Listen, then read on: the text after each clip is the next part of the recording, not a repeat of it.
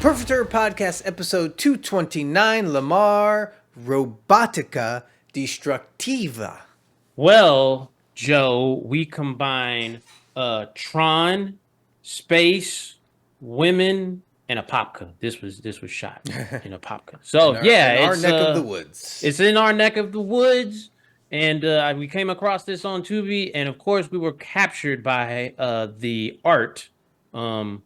Pretty much 3 silver women, with weapons. Our first category is, what do we think of the story? Okay, try to remember everything. A relic called the Arculon Destroyer is on this planet, Radia, and it keeps the peace and stuff like that. Mm-hmm. It's like a robot utopia, but then it's stolen. And then they're like, oh my goodness, we got to get this back. So they, get the 3 women, the 3 sisters that are robot warriors. And they say, hey, go get it. And they go on an adventure to go get this thing. Yeah. Yeah. But I liked the story. It was fun. It's wild and crazy. It's relentless. It's nonstop action. So I don't think it went without 2 minutes of something happening on screen, like something moving around, something flying, shooting, whatever is going on. So do you think it was they tried to cram too much into the time they had, or they didn't have too much, they didn't have enough to fill it out? What do you think? I just think it's so much in the time that they had, Yeah. But I mean, ultimately I enjoyed it. I will give it 1 point for story. Agreed. 1. Yeah. Our next category is, what do we think of those characters? It's a lot of them, dear Lord. That's my only issue, because I lost count. Because I know who the sisters are. They're cool.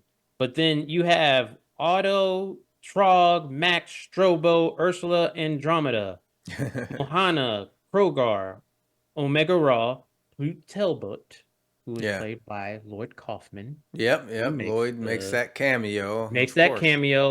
The Radiant Council, Exoria, Desicron, Alita, Purple, and Delilah. There's so many of them that you almost lose track of them, other than the the sisters that are the main characters.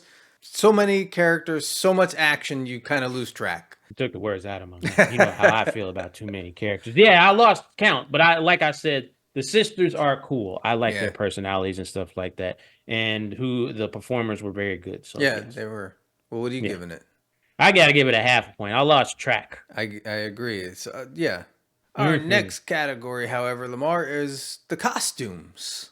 The costumes, you can tell they, of course, are, they're made and stuff like that. Yeah, makeshift. They're like makeshift, but they fit with this world. Yeah. And I think that's what is the charm of it. They're like big and bulky. Faces are painted silver. It's exaggerated and all that kind of good stuff. It reminds me of, I didn't add this in my description, Transformers. Yeah, a little bit. Like they're all bulky and stuff. They're bulky, yeah. And you could tell like what they made the costumes out of, like the random things they must have just had in the house or whatever. Yes. But that's, like you said, that's the charm of it. I like the effort. It's like futuristic robot steampunk, like it's got a bunch of stuff mixed in. Yes. I liked all that. I like the effort. I give it 1 point. Agreed. 1 point. Next, we go on to, a big aspect of this thing, the special effects. What do you mean, Joe? Are you trying to say that this was all in front of green screen? Yes, it was. But I will say it goes back to like what we were kind of talking about with the costumes. It fits. Because I think when we see other movies, like it's kind of like lazily done.